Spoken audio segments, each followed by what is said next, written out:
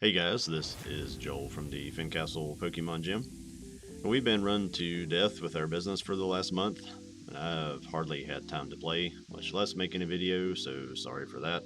But I don't need a lot of inspiration to think up things for the new set, because the new set for us is the old set.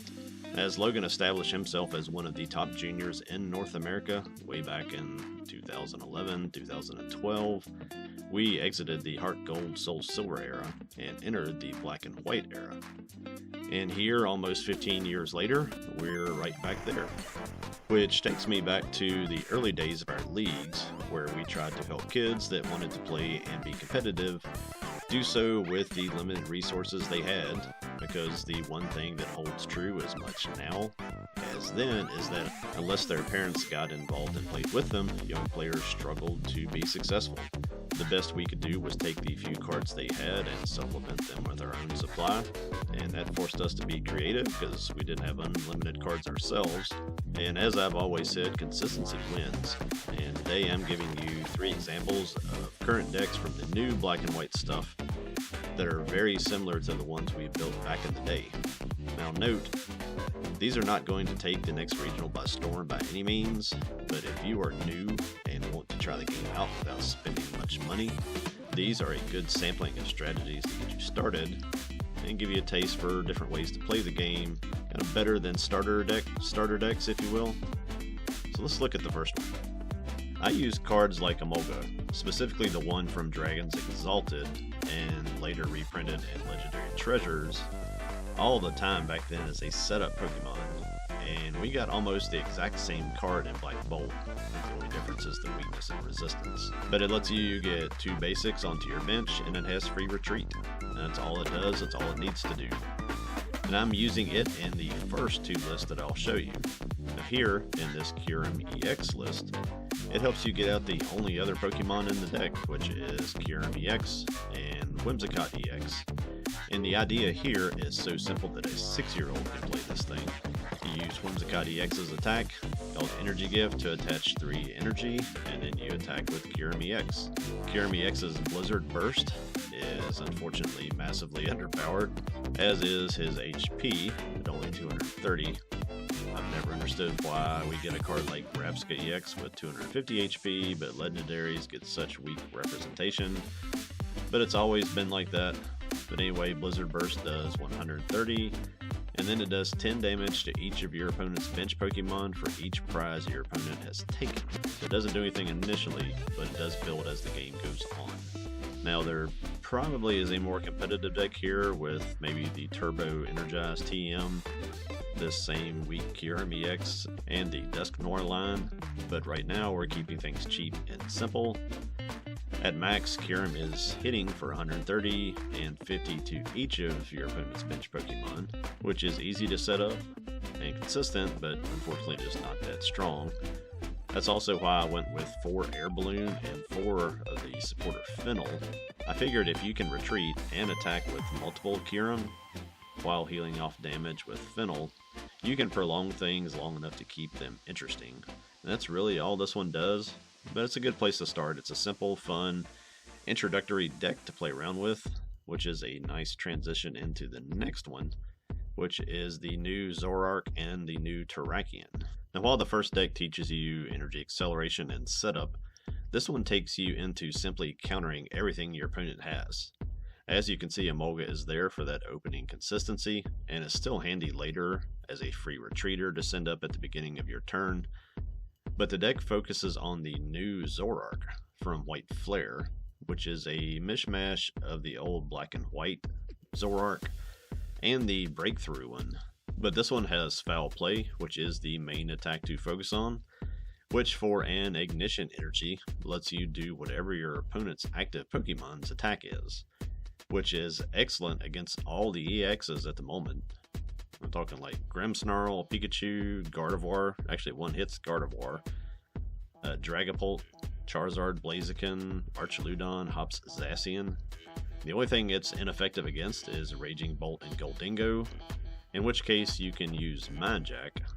In either case, when Zoroark gets knocked out, you can retaliate for another 130 damage with Terrakion, which is almost an exact reprint as well. Retaliate used to do 90 damage, now it does 130, so it got a little bit of an upgrade. But you just hit for that 1-2 combo, only giving up a single prize each time, and you'd be surprised how well that competes with everything at the moment. You have just a simple supporter line to help you draw. Hilda gets out Zoroark and the Ignition Energy when you need it. I stuck in the Harlequin because it's new. You could just play Iono or Judge for the disruption. Also, I put in End's Plan because he's supposed to go with Zoroark.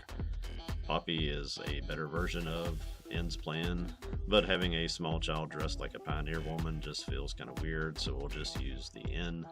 And I've also added a couple Brave Bangle, which can boost Terrakion's Retaliate from 130 up to 160, or give an extra boost to Zoroark's Mindjack.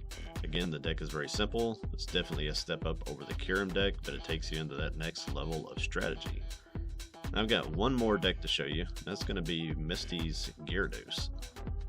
Now, Misty's Gyarados is from Destined Rivals, but I wanted to throw it in here because it is a nice progression from the first two decks to something that you can win a lot of games with if you get good with it, but still stays within the confines of a very inexpensive deck to build or purchase.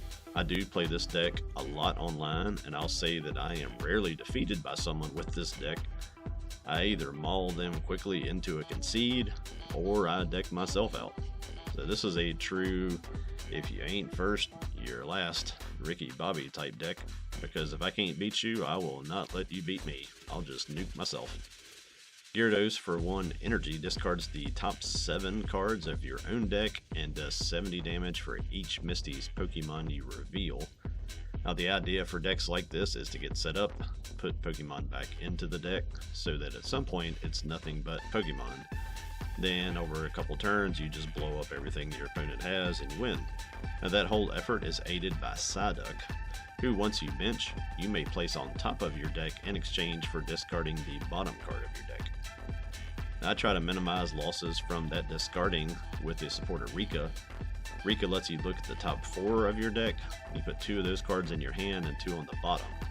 So I play Rika, put 2 cards you want to get rid of on the bottom, then use Psyduck's Flustered Leap and put him back on top of your deck. If you have all 4 Psyduck on your bench, or you can get them on your bench before you do that, then that is 280 damage guaranteed. Then from there, you just use Lana, use the Sacred Ash, and then Palfin and Artisan to recycle everyone and thin the deck down. Like I said, this is a great deck against EX decks. It is very tough to beat a single prize deck. You have to attack with Starmie and use Gyarados' Waterfall to stay in those games, otherwise you will deck yourself out.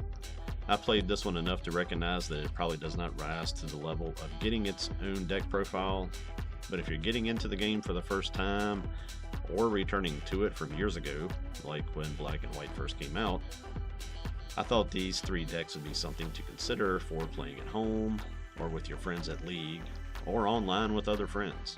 I do encourage all of you to seek out some folks online to play in TCG Live.